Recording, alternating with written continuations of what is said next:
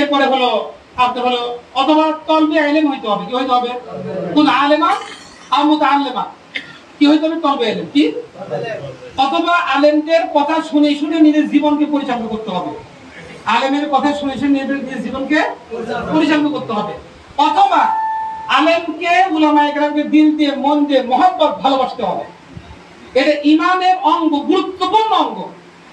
আপনার ঈমান ততক্ষণ পর্যন্ত কামেল ঈমান হবে না যতক্ষণ পর্যন্ত চারটি গুণ আপনার মধ্যে আসবে না। এক নম্বর হলো নিজের স্বয়ং আলেম হওয়া, দুই নম্বর হলো হয়তো তলবে ইলম হওয়া, তিন নম্বর হলো যে আলেমদের কথা শুনে শুনে জীবনকে পরিচালিত করা, চার নম্বর হলো যে আলেমকে দিনকে সর্বোচ্চ মহব্বত করা, পাঁচ নম্বর কোনো সিস্টেম নেই এই শরীয়তের মধ্যে। যদি হয় আমি আলেম না, আমি ছাত্র না, আলেমের ছাত্র না, আমি আলেমদের মহব্বত করি না, আমি আলেমদের পরামর্শ চলি না, তাহলে আমার দুনিয়া ধ্বংস, আখিরাত ধ্বংস। জোরে বলেন, দুনিয়া ধ্বংস, আখিরাত ধ্বংস। আজকে দেখেন অনেক মা ভাই, অনেক বোন, অনেক বাবা তাদের সন্তানকে অনেক বড় বড় লেখাপড়া করেছে। হ্যাঁ, কোরআন আমরা কয়জন জানি? আমার 5টা সন্তান থাকতে পারে, এই 5টা সন্তানকেই মেয়ে হোক ছেলে হোক কোরআনের শিক্ষা দেওয়া এটা আপনার প্রতি দায়িত্ব। কারোর দায়িত্ব না, এটা বাবার দায়িত্ব, এটা কারোর দায়িত্ব না। আপনি যদি না দেই কোরআনের শিক্ষা, কালকে আমাদের জব্দি করতে হবে আমাকে।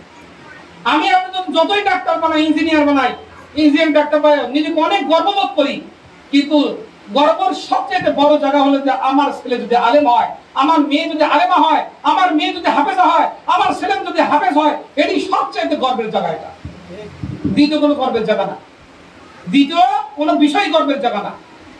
এই জন্য সম্মানিত উপস্থিতি, আজকে আমি একটা কথাই বলবো, লাইন শাকারতুম লাযিদান্নাকুম ওয়া লাইন কাফারতুম ইন্না আযাবি লাশাদীদ। আজকে যদি আল্লাহ শুকরিয়া আদায় করি যে এই প্রতিষ্ঠান তাহজিবুল বানাত মহিলা মাদ্রাসা এর যে একটা প্রতিষ্ঠিত হয়েছে আজ কয়েক বছর, মাত্র 3 বছরের মধ্যে 2টি মেয়ে হাফেজা হইল, মক্তবে করলো, হিফজও করলো মাত্র 2.5 বছর বয়সে।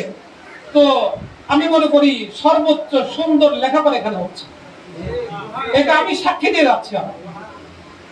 এবং হলো আপনার লেখাপড়া এখন এই যে ঘরে ঘরে এই যে মাদ্রাসা প্রতিষ্ঠিত হওয়া, এই যে গ্রামগঞ্জে 68,000 গ্রামে 68,000 মাদ্রাসা প্রতিষ্ঠা করতে হবে। এই দেশকে বাঁচাতে চাইলে, এই সমাজকে, আপনার ভুলে যাওয়া সমাজকে ভালো করতে চাইলে দ্বীনি শিক্ষার পরে শিক্ষার কোনো বিকল্প নেই।